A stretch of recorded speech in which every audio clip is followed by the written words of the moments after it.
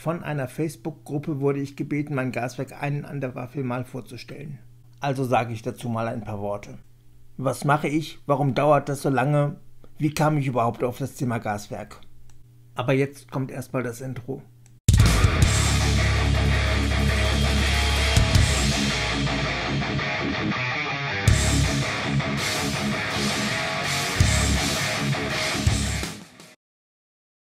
Hier zu sehen ist der aktuellste Plan des Gaswerks Einen an der Waffel. Die 4,10 Meter x 85 cm kleine Spur-0-Anlage sollte eigentlich eine Übungsanlage für eine viel größere Spur-0-Anlage sein. Aber erstens kommt es anders und zweitens als man denkt. Jedenfalls bin ich in letzter Zeit mehr und mehr an der Baugröße GN15 interessiert. Deshalb wird das Gaswerk aller Voraussicht nach mein einziges Spur-0-Projekt bleiben. Aber wie dem auch sei, die hier zu sehende Illustration soll einen Überblick geben, wie die Schaukastenanlage entstehen soll, beziehungsweise wie sie in Teilen schon entstanden ist. Ursprünglich war in dem Schaukasten der Endbahnhof Hüttengesäß der Hanauer Kleinbahn geplant. Aber noch während des Entstehungsprozesses des Schaukastens habe ich die Gleise mal probehalber aufgebaut. Dabei habe ich festgestellt, der Gleisplan ist eigentlich viel zu langweilig. Möglicherweise hätte das mit einer Stangendiesellok wie der V36 anders ausgesehen, aber mit einer kleinen Lokomotive wie der Köf 2 waren die Fahrwege einfach zu lang. Die Folge war, dass andere Konzepte überlegt wurden, aber Fabrikhinterhöfe und Lagerhallen waren irgendwie nicht das Wahre. Als ich mich ein wenig näher mit der Hanauer Industriebahn beschäftigt habe, kam ich auf die Idee, ein Gaswerk sei an sich genau die passende Möglichkeit, eine kleine Modellbahn zu betreiben. Das Thema erschien mir noch nicht so wirklich abgegriffen, also habe ich losgelegt.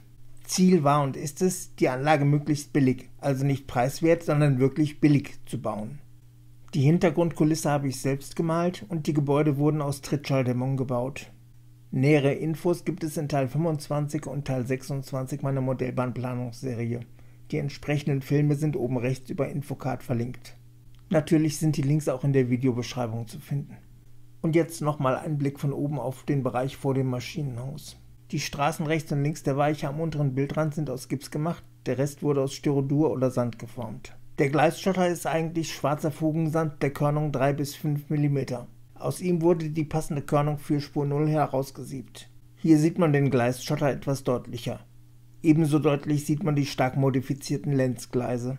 Die Schwellen wurden angefasst, umbra lackiert und braun lasiert. Und der weichen Antriebskasten wurde vorbildgerecht grau angemalt. Erwähnt werden sollte auch, dass ich bei den Lenzgleisen die Stege unter den Schienen herausgesägt habe.